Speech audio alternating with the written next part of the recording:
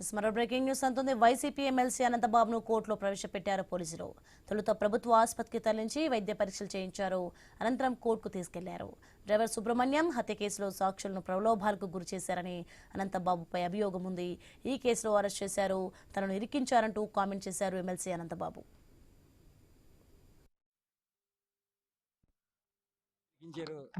అన్నయ్య గిరికించారు, వేధిస్తున్నారు. వేధించిన ఏముంది, వాళ్ళే అడిగారు, అడిగినట్లుగా మనం చెప్పాం.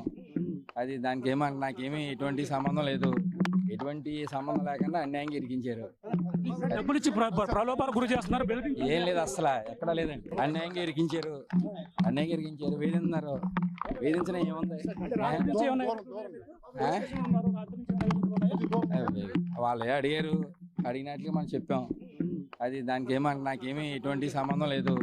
ఎటువంటి సంబంధం లేకుండా అన్యాయంగా ఇరికించారు. డబ్బులు ఇచ్చి ప్రలోభాలకు గురి చేస్తున్నారు. ఏం లేదు, అసలు ఎక్కడ. మొత్తానికి కోర్టు ముందుకు ఎమ్మెల్సీ అనంతబాబు క్రైమ్ పిఎస్ నుంచి అనంతబాబును తరలించిన దృశ్యాలు మనం చూస్తున్నాం. రైట్కి ఇదే అంశానికి సంబంధించి మరింత సమాచారం మా ప్రతినిధి కాకినాడ నుంచి రాజేష్ అందిస్తారు. ఎస్ రాజేష్.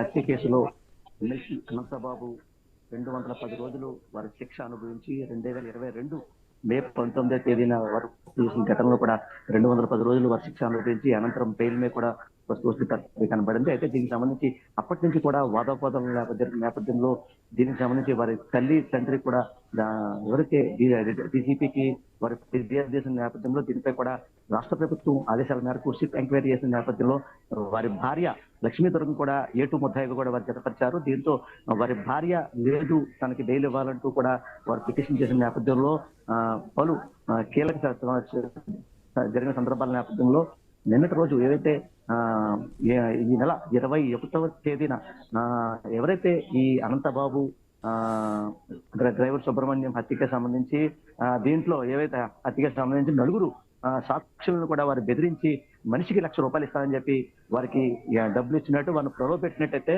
ఇటువంటి నేపథ్యంలో నలుగురు సాక్షులు కూడా కాకినాడ సర్పవరం పొజిషన్ లో కూడా వారు ఫిర్యాదు చేసిన నేపథ్యంలో అనంతబాబుతో పాటు మరో ముగ్గురుపై కూడా వారు కేసు నమోదు చేశారు. దీంతో 21వ తేదీ మధ్యాహ్నం సుమారు 4 గంటల సమయానికి అనంతబాబు ఇంటికి పోలీసులు వెళ్లిన సమయంలో అనంతబాబు అక్కడి నుంచి పరారయ్యారు. అయితే సుమారు 3 రోజుల పాటు కూడా ఈ ఉమ్మడి తూర్పుగోదావరి జిల్లాలో ఉన్న చుట్టుపక్కల ఏలేశ్వరం, రాజమహేంద్రవరం ఈ చుట్టుపక్కల ప్రాంతాల్లో కూడా 3 రోజులు ఉన్నారు. నిన్నటి రోజు ఏదైతే రాజమహేంద్రవరం కోర్టుకి వారు హాజరు నేపథ్యంలో వారి భార్య లక్ష్మీదుర్గ ముందు హాజరయ్యింది.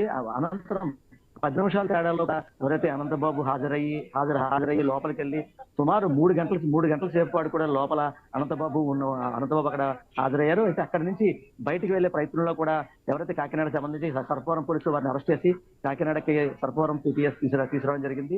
అయితే నిన్నటి నుంచి కూడా నిన్న సాయంత్రం నుంచి కూడా అసలు నలుగురు ఎవరైతే ఈ సాక్షులకి వారికి ₹1,00,000 ఇవ్వడం గల కారణం వేయడం అన్న సమయంలో కూడా అనంతబాబు కూడా వారు నాకు తెలియదు అన్నట్టు కూడా వారు చెప్పినట్టు మనకు సమాచారం. అయితే దీనికి ఇటువంటి నేపథ్యం వేసుకుంటే మన మధ్యాహ్నం నుంచి కూడా ఈ రోజు ఉదయం దాకా కూడా వారిని విచారణ చేపట్టి అనంతరం అక్కడి నుంచి కాకినాడ జీజీహెచ్ కి వైద్య పరీక్షలు తీసుకొచ్చి వైద్య పరీక్షలు అరగంట సేపు కూడా వైద్య పరీక్షలు వారికి ఆరోగ్యం బాగాలని చెప్పిన నేపథ్యంలో వైద్య పరీక్షలు నిర్వహించి వారికి ఆరోగ్య పరిస్థితి ఎలా ఉంది దానిపై కూడా ఆరోగ్య పరీక్షలు పూర్తిగా నిర్వహించారు. అనంతరం ఎక్కడైతే కాకినాడ సంబంధించి కాకినాడ స్పెషల్ కోర్టు ఏవైతే అంటే ఈ రోజు శనివారం కావడంతో స్పెషల్ కోర్టు ఏవైతే ఉందో స్పెషల్ కోర్టులో కూడా వారిని హాజరుపరిచారు. సుమారు అరగంట సేపు ఇప్పటికే లోపలికి వెళ్ళి లోపల సమయం అయింది. అయితే దీనికి సంబంధించి ఈ నలుగురు సాక్షుల్ని వారు ₹4,00,000 ఎంత ఇస్తానని చెప్పడం భయభ్రాంతి గురి చేయడం.